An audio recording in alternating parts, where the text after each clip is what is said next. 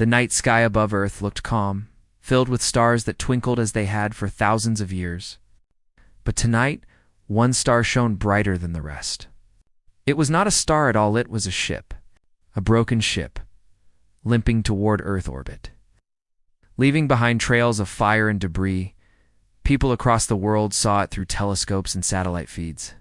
News channels cut into their regular programming. A single phrase began to spread through whispers, shouts, and headlines. Aliens are here. In the great chamber of the United Earth Council, leaders from every continent gathered. Screens floated in the air, showing the massive wounded vessel that now hovered above the planet. It was not hostile. Its weapons were silent. Instead, it sent a simple message. We beg for help.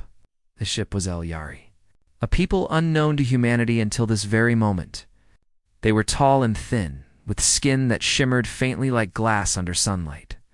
Their large eyes seemed full of sorrow, and their voices carried a strange, melodic echo. The El Yari delegation stood before the council, robes torn and faces weary. Their leader, an elder named Sirai, spoke slowly, choosing words carefully from a translator device. We come not as conquerors. We come not as rulers. We come as the dying. Our worlds burn. Our children are hunted. Our fleets are ash. We beg you, humans of Earth, save us. The room was silent. A councilman from Asia leaned forward. Who hunts you? Sirai lowered his head. The Kreth Dominion. At the mention of the name, a few of the translators in the chamber flickered, as if even the machines feared to speak it. The Kreth were known in rumors, scattered whispers from deep space explorers, and intercepted alien signals. They were said to be merciless, feeding on fear and slavery. They gave us a choice, Sirai continued. His voice trembled. Submit or be erased. We chose freedom. For that, they burn our homes. Some council members frowned. Earth had only entered the galactic stage a decade ago, after faster-than-light travel was achieved. They had heard of the Kreth, yes. But Earth itself was still rebuilding from its own long wars and divisions. A representative from South America crossed her arms. Why come to us?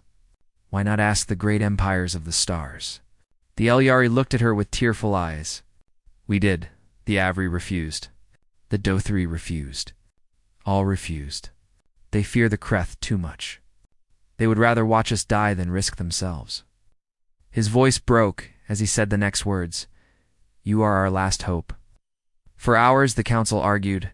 Some shouted that Earth could not afford this war. We barely survived the resource conflicts, one delegate cried. Our cities still rebuild. Do you want to throw our children into another bloodbath? Others slammed their fists and argued the opposite. If the Kreth crush the El Yar, they will grow stronger. And do you think they will stop there? No. One day they will come for us.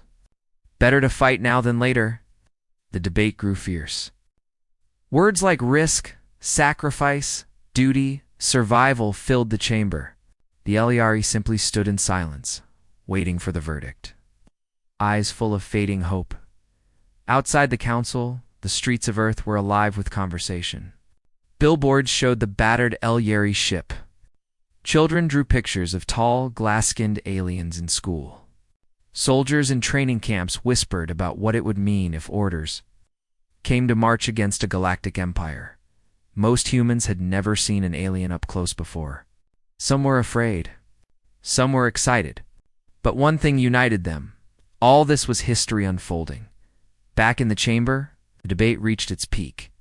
An old general, scarred from Earth's past wars, stood. His voice cut through the noise like a blade. You argue about cost? You argue about fear? But you forget one thing. The room went silent. He looked around at every face, then turned to the El Yari. When they begged for help, every other empire turned their back. But we are not like them. We are human. And when someone cries out for aid, humanity does not hide. He slammed his fist on the table. If the Kreth want war, then war is what we will give them. The words spread like fire through the chamber. Some cheered. Some cursed. But slowly, the tide shifted. Delegates who had doubted now nodded. Voices that had resisted now fell silent. The final vote was taken. The decision was clear. Humanity would answer the Eliary's call, but not with pity, not with excuses, with war. When Sarai heard the decision, his hands trembled. Tears rolled down his glass-like cheeks. "You would fight for us," he whispered. The general looked at him firmly. "Not for you. With you. We will not be your saviors. We will be your allies. And together, we will make the Kreth regret the day they thought themselves masters of the galaxy." That night, the skies above Earth lit up with the glow of mobilization. Factories began to run at triple speed. Shipyards in orbit sparked with light as new hulls were laid down. Colonies on Mars and Luna sent messages, "We will fight too." Across the planet, recruitment stations overflowed with volunteers. Men and women who once only dreamed of the stars now signed their names, ready to defend not just Earth, but freedom itself. The Eliari watched all this in shock. They had expected hesitation, fear, perhaps even rejection. Instead, they saw a species that did not hesitate to bare its teeth. Sarai whispered to one of his aides, his voice filled with awe and fear at the same time. "These humans, they do not think as others do. They do not speak of retreat. They do not speak of submission. They speak only of war." At the edge of known space, far from Earth, the Kreth Dominion received word of this decision. The news reached the throne world of the Kreth, where their leaders feasted on conquest. The warlord of the Kreth laughed when he heard, "Humans, a young race of dirt farmers and savages. They think they can challenge us?" His laughter echoed through his dark hall, but beneath the laughter was a flicker of something else, a shadow of uncertainty. For the first time in centuries, the Kreth had heard of a species that did not bow. Back on Earth, preparations reached a fever pitch. News broadcasts showed fleets gathering, soldiers training, scientists working day and night. Humanity was uniting like never before in the streets of New London. A child tugged her mother's hand and asked, "Mama, why are the humans going to fight?" Her mother knelt down and smiled softly, "Because someone begged for help. And when someone begs, we listen. That is who we are." The Eliari ship, once broken and limping, was now docked at Earth's greatest shipyard. Human engineers worked alongside Eliari survivors, repairing it, making it stronger, faster, armed with new weapons. It was no longer just an Eliari vessel. It was becoming something new, the first of a united human Eliari fleet. And so, the first step of a great war began. A war not chosen by greed, but by choice. Humanity had been asked for mercy, and they had responded with something far fiercer: total war. The galaxy would never be the same. The decision was made. Humanity had chosen war. The news spread across Earth like wildfire, reaching every city, every colony, every outpost.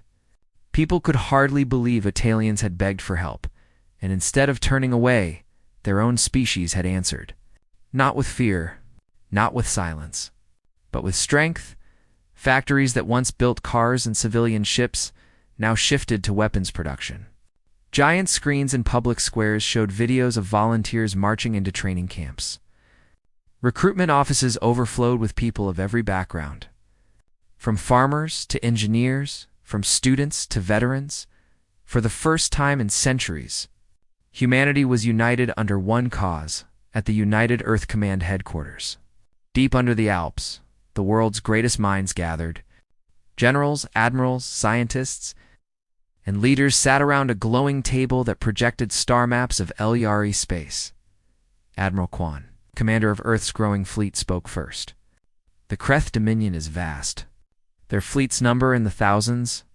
If we face them head-on, with our current strength, we will be crushed. We need strategy. We need innovation. We need to fight the way only humans can fight." Dr. Ella Singh, chief scientist of the Mars Institute, leaned forward. "The Eliari have given us access to their technology. Faster-than-light drives, energy shields, plasma weapons, but they are fragile thinkers. They never used these tools for war, only for peace. Humanity will turn these into weapons the galaxy has never seen." The Elyari delegation watched in silence. They were amazed. Where their own people had hesitated, argued, and despaired, the humans acted with energy and fire. Sarai, the Elyari elder, whispered to one of his aides, "Do you see? Already they plan not just to defend, but to strike. They are not saviors. They are warriors." The first stage was industry. On Earth, cities like Shanghai, Detroit, and Berlin became centers of war production. Skies above them glowed with the light of shipyards in low orbit. Cargo freighters that once carried goods now carried steel, fuel, and weapons to the colonies. On Mars, the great domes of New Olympus echoed with the roar of foundries. The red planet's thin atmosphere shimmered as fleets of drones carried components to the massive Martian shipyards. Humans and Elyari worked side by side, welding new kinds of warships. The Jovian moons Europa, Ganymede, and Callisto B became fortresses. Their icy crusts hid underground bases where experimental weapons were tested. The moon itself was transformed into a staging ground, its craters filled with launch sites for fleets that would one day cross the stars. The second stage was training in Africa. The Sahara Desert became a massive ground combat range. Thousands of soldiers marched under the blazing sun, learning to fight as units that combined human grit with Elyari technology in the seas. Submariners and naval officers were retrained as starship crew. The logic was similar in the depths of the ocean or the vacuum of space. Survival depended on teamwork, discipline, and nerves of steel. In orbit, cadets floated through zero-gravity simulators. Learning to handle plasma rifles and magnetic boots, they practiced boarding drills, breaching mock enemy ships, clearing corridors in brutal close-quarters combat. The Elyari observed all this with disbelief. One of their commanders, a slim figure named Kalen, spoke to Admiral Kwan. "Your people fight with such savagery. Even in training, they risk injury. They push their limits." "Why?" Admiral Kwan looked at him calmly. "Because war is not safe. If they bleed in training, they will survive in battle. That is how we think." The third stage was unity. Humanity had long been divided by nations, by culture, by faith. But now, faced with a common enemy, those divisions began to fade. In New York, an American soldier shook hands with a Chinese pilot. On Mars, Russian engineers built reactors side by side with Indian scientists. In Africa, European officers trained alongside South American recruits. There were still arguments, still old wounds, but the larger cause overshadowed them. Humanity's survival and the Elyari's freedom came before everything else. The Elyari, too, began to change. At first, they were timid, broken by years of Kreth brutality. But when they saw humanity's fire, something stirred within them. Elyari volunteers began joining training camps, fighting alongside humans, learning the art of war. For the first time in centuries, they dared to believe they could resist. But not everyone agreed. In the council chambers, some leaders still feared the cost. A delegate from Oceania stood and shouted, "Do you understand what you are doing? We may be walking into a slaughter. Billions could die. Earth could burn." The old general who had spoken in part 1 stood again. His scarred face was calm. "Yes, billions may die. Earth may burn. But if we do nothing, the Kreth will come one day, and then billions will certainly die. Better we fight on our terms, not theirs." His words silenced the room. Meanwhile, the first prototypes of human Elyari warships rolled out of the docks. The UES Valiant, a massive battleship, gleamed in Earth orbit. It combined Elyari shielding with human missile arrays, railguns, and plasma turrets. It was not elegant like Elyar ships. It was brutal, angular, armored like a fortress, the UES Horizon. Carrier carried swarms of human-designed starfighters. These craft were small, fast, and deadly. Piloted by men and women trained to push their bodies beyond alien limits, other ships followed the U.S. Titan. U.S. Liberty, U.S. Ashoka, each one carried the spirit of humanity, strong, stubborn, relentless. When the first fleet gathered over Earth, millions watched from the surface. Bright points of light filled the night sky. Warships lined up in formation, their hulls glowing against the darkness. In schools, children cheered. In factories, workers paused and wiped sweat from their faces, knowing their labor had built those ships. In Al-Yari refugee camps, survivors wept with hope. Humanity had forged unity, but unity alone was not enough. The Kreth were ancient, ruthless, and merciless. To defeat them, humanity needed something more: innovation. Dr. Alara Singh and her team worked day and night, merging human creativity with Al-Yari science. Out of her labs came terrifying invention Zemp torpedoes that disabled Kreth shields. AI-assisted targeting systems, stealth armor for small ships. One of her assistants, a young programmer, asked her, "Doctor, aren't you afraid we're building weapons too terrible to control?" Alara did not look up from her work. "I am afraid of the Kreth enslaving every free people in this galaxy. If these weapons stop them, then I will not fear them." They should. In training camps, human soldiers grew harder. They learned alien languages, studied Kreth tactics, and prepared for battles they had never imagined. Some would fight in space, some on alien worlds, some in the shadows as spies and saboteurs. The Al-Yari began to respect them. Kalen, once doubtful, admitted to Admiral Kwan, "I understand now. You humans, you fight as though survival is not enough. You fight as though you must win, no matter the cost." Kwan nodded. "That is the only way to win against monsters." Months passed. Earth changed. It no longer looked like a divided planet climbing toward the stars. It looked like a fortress. It looked like a spear. On the day the fleet was declared ready, the United Earth Council held a ceremony. Soldiers marched in perfect rows, flags of every nation flying side by side. Al-Yari survivors stood among them, their robes replaced with armor. Sirai, the Al-Yari elder, addressed the crowd. His voice echoed across the world. "We came to you in despair. We came to you broken, and you did not turn us away. You answered not with silence, but with strength. You forged unity, not just for yourselves, but for us. Today I say this: we are no longer the hunted. We are no longer the dying. We are the free end. We will fight with you." The crowd roared with cheers. In the shadows of the galaxy, the Kreth Dominion heard these whispers of resistance. Their spies reported human fleets, human weapons, human defiance. The Kreth warlord scoffed. "Let them come. We will crush their little fleets, burn their little worlds, and teach them fear." But deep in his heart, he felt unease. No one had ever defied the Kreth so openly.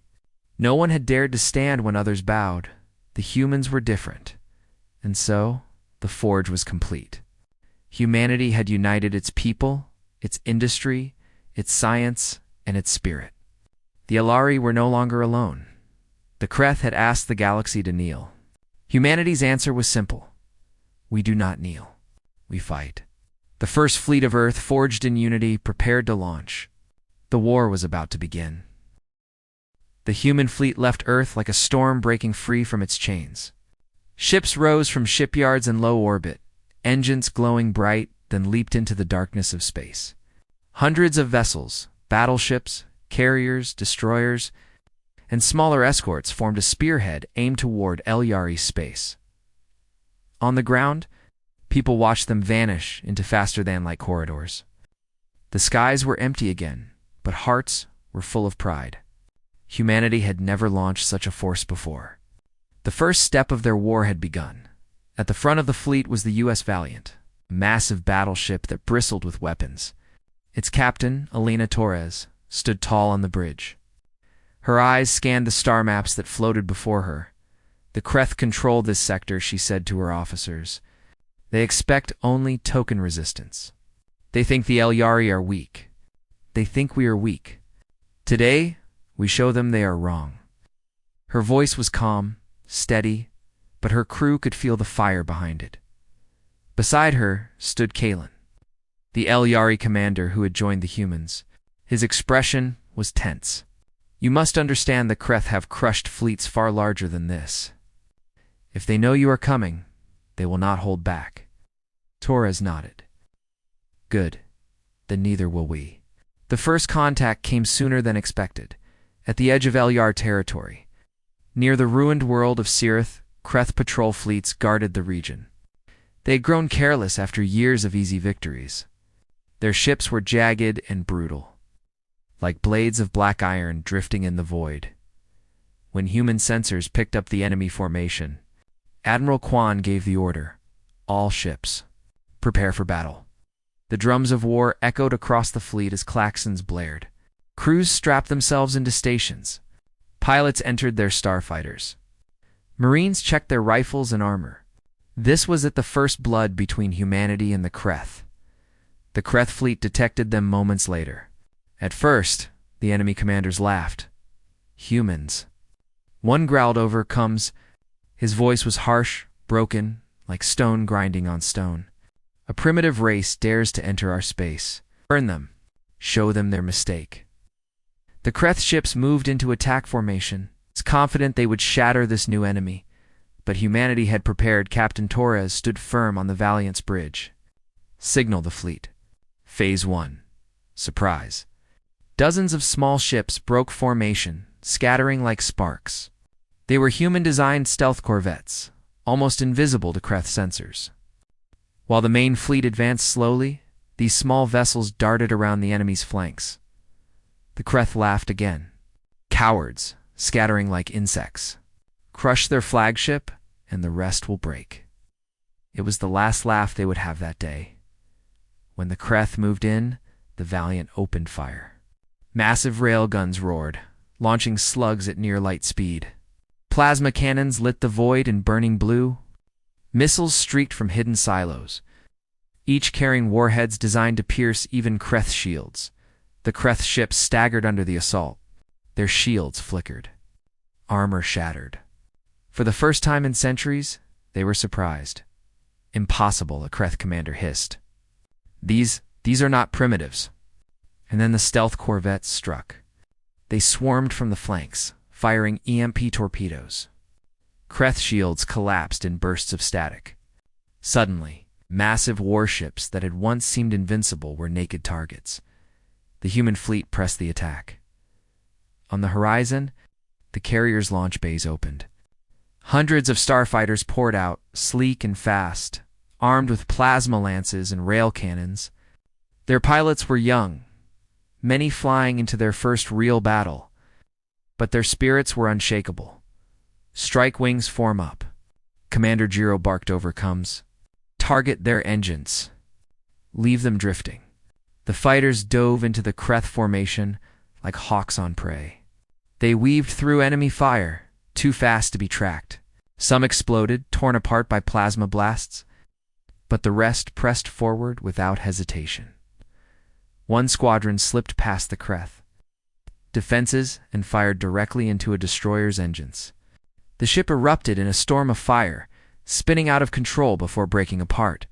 First, Kreth kill confirmed. The fighters shouted. Cheers erupted across human coms, but the Kreth were not cowards. Their ships regrouped and returned fire with brutal force. Beams of dark energy tore through space, slicing apart to human frigates. Explosions ripped across the Valiant's shields, shaking the mighty battleship. On the bridge, alarms blared. Shields down to 60%. An officer cried. Torres gritted her teeth. Hold steady. We knew this wouldn't be easy. The Kreth ships advanced, firing again and again. Their size and numbers began to show. For every Kreth ship destroyed, more pressed forward. Kalen turned to Torres, fear in his eyes. If you cannot retreat, your fleet will be overwhelmed. But Torres shook her head. No, Phase 2. Suddenly, dozens of human dropships launched from carriers and frigates. They weren't retreating. They were charging. Boarding teams. Go. The dropships slammed against Kreth hulls, attaching like barnacles. Magnetic clamps locked them in place. Then human marines stormed inside, rifles blazing. The Kreth had never faced such tactics. Most alien races avoided boarding actions. They were too risky, too costly. But humans embraced risk. Inside the corridors of Kreth warships, chaos exploded. Human marines in heavy armor fought hand-to-hand with Kreth soldiers, their plasma rifles flashing. Grenades boomed, corridors filled with smoke and blood. Sergeant Malik led one squad through a Kreth destroyer. His voice was steady over comms. "Keep pushing. Deck 3 is ours. Move to the reactor."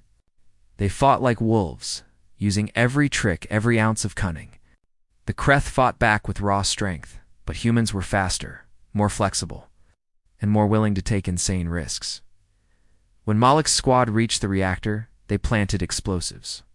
Moments later, the entire Kreth destroyer tore apart in a brilliant explosion. Across the fleet, dozens of Kreth ships fell the same way, burned from within by human boarding teams. The Kreth commanders roared in rage. These humans are mad. They throw themselves into death. But their rage turned to fear, because the madmen were winning. After hours of brutal fighting, the Kreth fleet finally broke.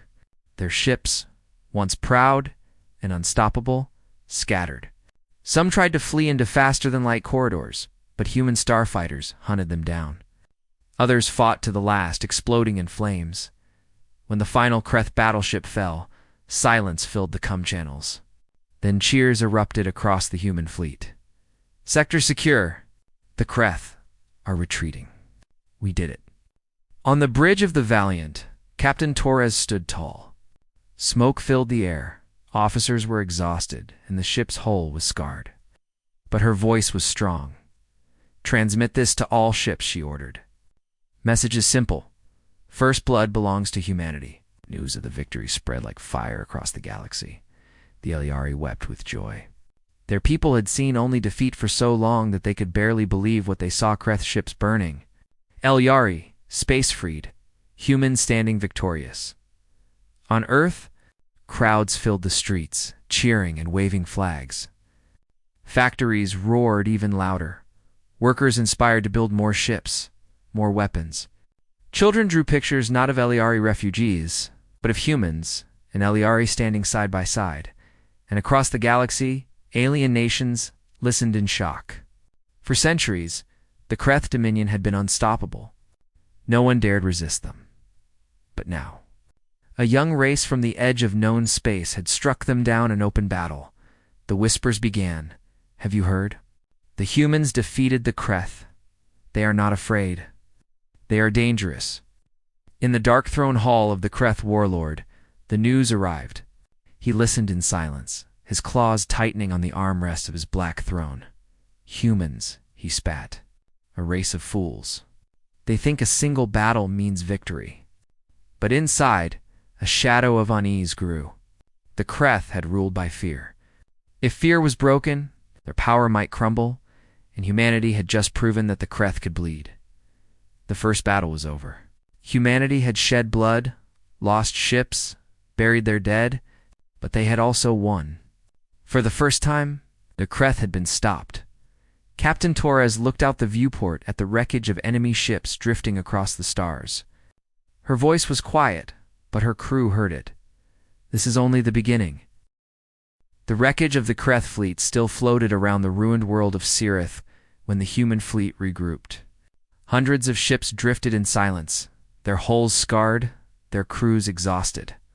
The victory had been costly, but it had been real. Humanity had drawn first blood. The galaxy was watching. On the bridge of the UES Valiant, Captain Alina Torres stood before the great star map projected above the war table. The map showed dozens of Kreth-controlled systems, glowing red like wounds across the stars. Admiral Kwan's voice was steady as he addressed the gathered commanders. "The Kreth have been beaten here, but they will not sit idle. They will return in force. If we stay in Eliari space, they will crush us. That is why we must not wait. We must carry this war to them." The room was silent for a moment. Even the Eliari commanders stared in disbelief. "You mean to strike into Kreth territory?" asked Kalen, his silver eyes wide. Kwan nodded firmly. "Yes, every empire in the galaxy fears them. They believe the Kreth cannot be touched. We will prove otherwise. We will burn their supply lines. We will free their slaves. We will strike their home systems until they choke on their own fear. Torres folded her arms. Her voice was low, but fierce. If the Kreth want terror, we will show them what human terror means. The plan was daring, almost insane. Humanity's fleets were still new, still untested compared to the vast war machine of the Dominion. But humans were not trying to win through size. They would win through unpredictability. Instead of marching directly into Kreth strongholds, they launched a series of raids.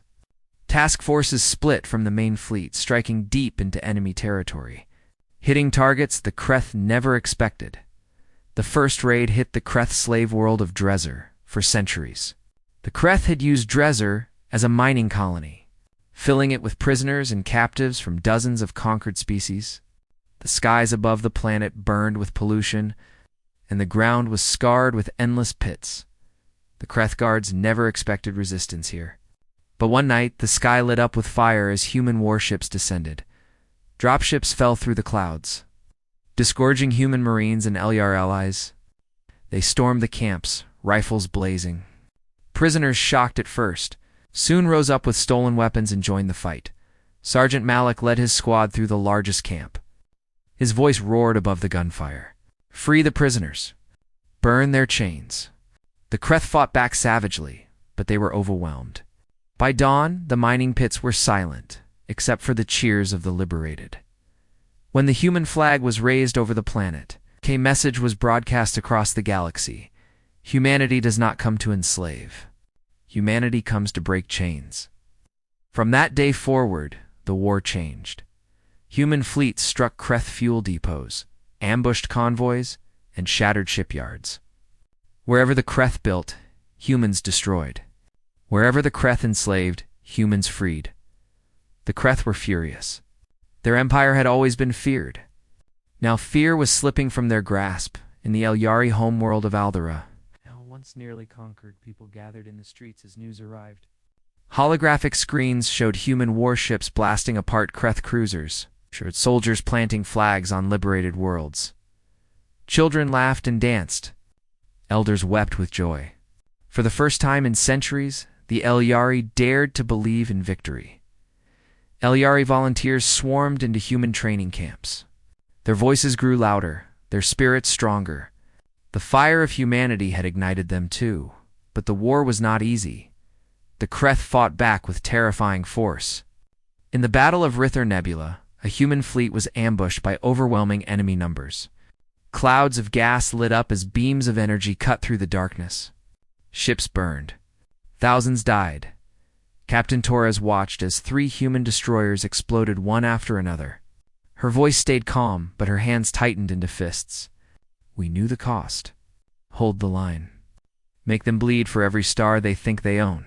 The humans refused to retreat. Instead, they turned the nebula itself into a weapon. By igniting gas clouds with plasma fire, they created massive explosions that tore Kreth formations apart. Both sides suffered, but the Kreth were forced to withdraw. The price was high. But the message was clear. Humanity did not run, as months passed. The galaxy whispered louder and louder about the humans.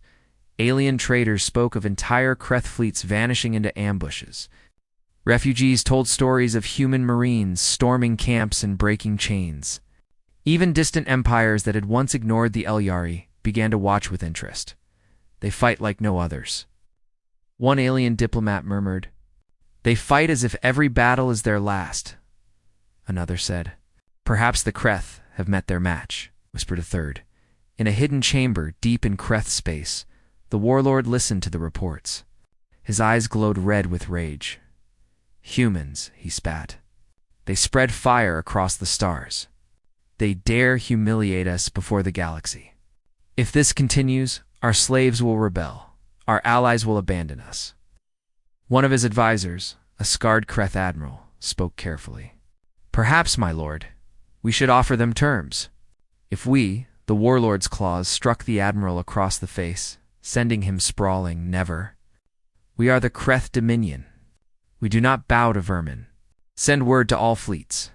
Gather the armadas. We will crush these humans in one decisive strike. We will burn Earth itself if we must." The chamber trembled with his roar. Back in Elyari space, Admiral Kwan studied intelligence reports. He knew the Kreth were preparing something massive. "They cannot tolerate this forever," he told his commanders. "They will gather everything they have to crush us." "Good. Let them. We will meet them head-on." Captain Torres frowned. "We can't outnumber them. Even with all our allies, their fleets are larger." Kwan's eyes narrowed. "True, but numbers don't win wars. Will does. And humanity's will cannot be broken." In the camps of freed slaves, humans in Elyari prepared for the next step. Soldiers sharpened their blades. Pilots polished their starfighters. Engineers built new weapons in secret workshops. Dr. Alara Singh revealed her latest creation, the Starfire Bomb. A weapon capable of collapsing enemy shields across an entire fleet. Her voice was quiet but determined. "This will not just win battles. It will change the war." One evening, as the human fleet orbited a liberated world, Sarai, the Elyari elder, spoke to Captain Torres. His eyes shimmered with emotion. "You humans. You are unlike any people I have known. Others would have hidden. Others would have bargained. But you burn across the stars like a storm. Why?" Torres looked out the viewport at the stars. "Because we know what it means to suffer. Humanity has bled in wars of our own making. We swore never again, not for ourselves, not for others. If someone tries to break us, we fight until they regret the day they began." Sirai bowed his head. "Then may the galaxy remember you not as destroyers, but as liberators." And so the war raged on. World after world was freed. Kreth fleets fell, though never without cost. Human soldiers carved legends into the stars. Elyar allies found new strength in their fight. The galaxy trembled as the Dominion, once untouchable, now struggled against the fire of a young race that refused to bow.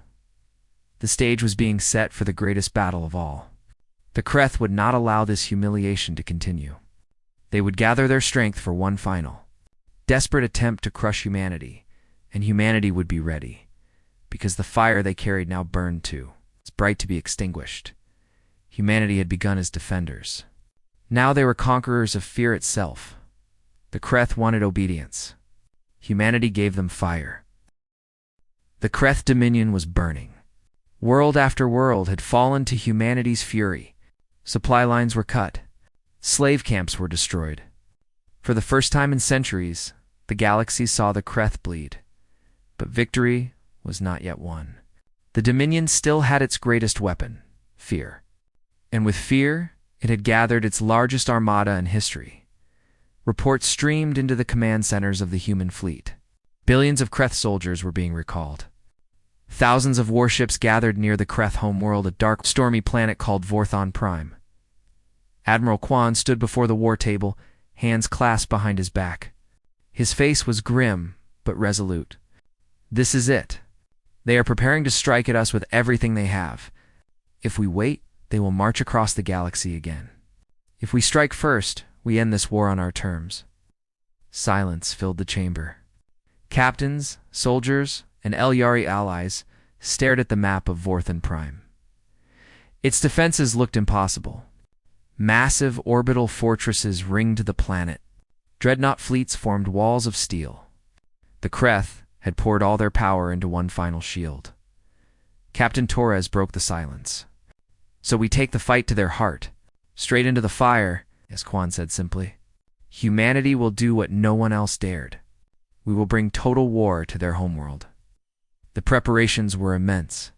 Factories on Earth and Mars pushed beyond their limits. Shipyards in orbit glowed day and night. New battleships, forged of steel and hope, left the docks in endless waves. The Elyari added their knowledge of shielding and navigation, making human fleets faster and deadlier.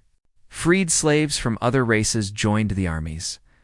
Eager to repay humanity with loyalty and blood, Dr. Alara Singh worked without rest. Perfecting her starfire bombs, she looked at Admiral Kwan with weary eyes. This weapon can tear down their shields. But once it is used, the Kreth will know. They will try to destroy us at any cost. Quan nodded. Then we will survive the cost. The fleet gathered near a barren star system at the edge of Dominion space. Thousands of ships formed into battle groups, their hulls painted with flags of Earth and the banners of the Elyari. Every soldier, every pilot, every commander knew this was no ordinary campaign. This was the end. Either humanity destroyed the Dominion, or the Dominion would burn the galaxy in revenge. Captain Torres stood on the bridge of the Valiant, watching as her crew prepared for the final jump. Her voice carried through the intercom. Soldiers of Earth, allies of Elyar, today, we face an empire that believed itself eternal. They built their throne on fear, but fear dies today. Today we prove that humanity does not fight for conquest. We fight for freedom. For every chain broken, for every voice silenced, for every world enslaved, we bring fire. We bring war. And we will not stop until Vorthun Prime itself falls. The fleet roared back with cheers that shook the void. The invasion began. When the human fleet jumped into Vorthun space, harms screamed across the Dominion. Thousands of Kreth warships surged to meet them, forming walls of black steel around their homeworld. The battle erupted in fire. In chaos, human destroyers darted through the lines, launching swarms of missiles. Carriers deployed squadrons of starfighters that danced between Kreth guns. Battleships fired their rail cannons, tearing enemy cruisers apart with blasts of molten metal. The Kreth fought back with fury. Their dreadnoughts unleashed waves of plasma, vaporizing entire squadrons. Orbital fortresses rained fire upon human ships. But humanity did not break. Push forward. Admiral Quan commanded, do not give them room to breathe. Break their lines. The Valiant led the charge toward the largest fortress. Captain Torres clenched her fists as enemy fire rattled the hull. Helm, bring us closer. Gunners target their shield emitters. Her ship tore through the barrage, unleashing a storm of cannon fire. Explosions ripped across the fortress, its defenses crumbling. Human Marines launched boarding pods, storming the station in brutal close combat. Sergeant Malik was among them, charging down blood-soaked corridors. His rifle barked fire as he led his squad against towering Kreth warriors. For Earth. For freedom, he shouted as his blade cut down another enemy. By dawn, the fortress was silent. The human flag flew above its shattered command deck. Still, the battle was far from over. The Kreth unleashed their secret weapon, the Titan Dreadnought, ship the size of a small moon. Its arrival darkened the battlefield. Its cannons unleashed storms of plasma that consumed entire fleets in minutes. The galaxy held its breath. Could humanity stand against such a monster? Admiral Quan's voice was calm but fierce. All ships converge on the Titan. Dr. Singh, prepare the Starfire bomb. The Titan's shields flared as human fleets hurled everything they had. But the shields held strong, glowing like a blazing sun. Dr. Singh's hands trembled as she activated the bomb, detonating in 5, 4, 3. A blinding pulse of light spread across the battlefield. Kreth shields collapsed, flickering out like dying flames. Now, Quan roared. All ships, fire. Railguns, missiles, lasers, and plasma fire crashed into the Titan. Explosions ripped through its hull. Finally, with a thunderous blast, the dreadnought split apart, its burning remains falling toward Vorthun Prime. The Kreth fleet faltered. Their greatest weapon was gone. With the space defenses broken, humanity launched the ground invasion. Dropships fell like meteors through Vorthun's stormy skies. On the surface, the fighting was savage. The Kreth capital was a city of black towers, filled with soldiers and war machines. Every street became a battlefield. Every tower became a fortress. Sergeant Malik led his squad through the ruins, fighting hand-to-hand against monstrous Kreth warriors. Blood soaked the ground. Fire lit the skies. Keep moving, Malik roared. We take their palace, or this war never ends. Hours turned into days. Streets ran red with blood. Human soldiers paid dearly for every step, But they did not stop at last. They reached the Kreth throne hall. The warlord of the Dominion stood waiting. A giant clad in black armor, his claws gleaming. His voice thundered across the chamber. "Humans, you dare defile my world. You think you can destroy us? You will drown in blood." Captain Torres, leading the final push, raised her rifle but lowered it slowly. Her voice was cold steel. "No, we will not drown. We will rise, and you will fall." The battle was brutal. Marines and Eliari stormed the hall, clashing with Kreth elites.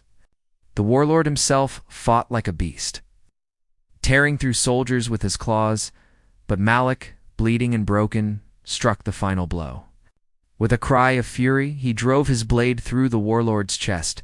The Kreth leader staggered, his eyes wide with disbelief. "Impossible, you are. Only humans." Malik spat blood and answered, "Yes, and that is why we win." The warlord collapsed, his reign ending in silence. When the Kreth capital fell, the Dominion shattered. Without their leader, their armies broke. Slaves rose up in rebellion. Entire fleets surrendered. The galaxy, once bound in chains, was free. Humanity had won, but victory came with a price. Millions of human lives had been lost. Ships lay in ruins. Cities burned. Every soldier knew the cost of total war. On the battlefield, Captain Torres stood among the wreckage. The Eliari elder Sarai approached, his voice filled with gratitude. "You came when no one else would.